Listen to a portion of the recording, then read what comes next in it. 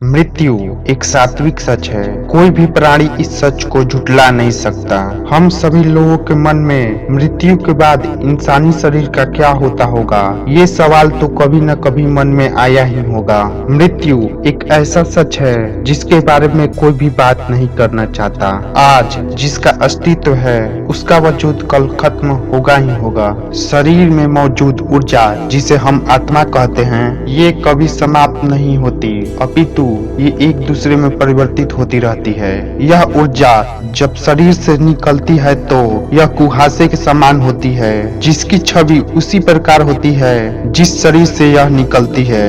मनुष्य का जीवन जितना सत्य है उतना ही बड़ा सत्य ये भी है कि उसको मरना भी पड़ेगा। लेकिन आखिर क्या होता है मृत्यु के बाद?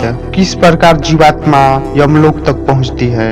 यदि आप इसके बारे में जानना चाहते हैं तो वीडियो को अंत तक देखते रहिए। मृत्यु जीवन का सबसे बड़ा सत्य है। मरने के बाद मनुष्य की आत्मा को यमलोक तक पहुंचने के लिए कई प्रकार के मुसीबतों का सामना करना पड़ता है। लेकिन कैसा होता है मृत्यु? इसके बाद का सच क्या है? मृत्यु के बाद क्या होता है आखिर? हिंदू धर्म के अनुसार मृत्यु के बाद मनुष्य को स्वर्ग या नर्क की प्राप्ति होती है। पुराणों के अनुसार जो भी व्यक्ति अच्छे कर्म करता है उसके प्राण हरने के लिए यमलोक से देवदूत आते हैं और उसे स्वर्ग की प्राप्ति होती है। जबकि जो मनुष्य जीवन भर बुरे कर्म करता है उसके प्राण हरने के लिए यमदूत खुद आते हैं और उसे नर्क में ले जाते हैं। लेकिन उससे पहले उस जीवात्मा को यमलोक ले जाया जाता है, जहाँ पर यमराज उसके पापों के आधार पर उन्हें सजा देते हैं। मृत्यु के बाद जीवात्मा किस प्रकार यमलोक जाती है, इसका विवरण गरुड़ पुराण में किया गया है।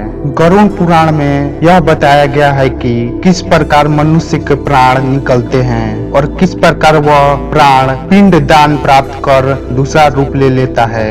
माना जाता है कि जिस मनुष्य की मृत्यु होने वाली होती है वो बोलने की इच्छा होने पर भी बोल नहीं पाता है। अंत समय में उसमें दिव्य दृष्टि उत्पन्न होती है, जिसके बाद वह पूरे संसार को एक समान समझने लगता है। उसकी सभी इंद्रियां नष्ट हो जाती है और वह जड़ अवस्था में हो जाता है, यानी हिलने डुलने में असमर्थ हो जाता है। इसके बाद उसके मुंह से झाग निकलने लगता है और लार टपकने लगती है। गरुड़ पुराण के अनुसार पापी पुरुष के प्राण शरीर के निचले हिस्से से निकलता है। मृत्यु के बाद दो यमदूत आते हैं। वह बड़े ही भयानक नेत्र वाले होते हैं तथा पाश दंड को धारण किए हुए होते हैं। हिंदू पुराणों के अनुसार जब इंसान का आखिरी समय होता है तब उस इंसान को साक्षात यमराज दिखाई देते हैं। हमारे शरीर में प्राण निकलने का मार्ग हमारे शरीर के अंगूठे ही होते हैं। गरुड़ पुराण के अनुसार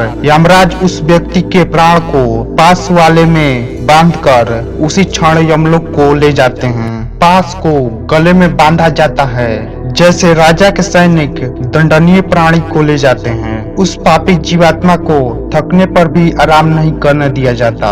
इतना ही नहीं, यमदूत उस पापी आत्मा को यमलोक की यातनाओं के बारे में भी बताते हैं, जिसके बाद वह पापी अपने पापों के साथ यमलोक में प्रवेश करता है। गरुड़ पुराण के अनुसार यमलोक 99,000 योजन दूर होता है, जिसके बाद उसे भयानक नरक यातना दी जाती है। इस सजा के बाद जीवात्मा यम से आज्ञा लेकर कुछ समय के लिए अपने घर को चली जाती है। आत्मा को यमदूत के पासों में बांधा गया होता है। इसके कारण आत्मा की मुक्ति तब तक नहीं होती जब तक कि उसका क्रियाक्रम न किया जाए। क्रियाक्रम के बाद पिंडदान भी किया जाना जरूरी होता है। क्रियाक्रम के बाद पिंडदान इसलिए किया जाता है ताकि आत्मा को पूर्ण मुक्ति प्राप्त हो सके। जिन लोगों के पुत्र आदि पिंडदान नहीं कर पाते हैं वह आत्मा प्रेत योनि में चली जाती है। गरुड़ पुराण के अनुसार 10 दिनों तक पिंडदान करना आवश्यक होता है। इससे आत्मा को संतुष्टि मिल जाती है।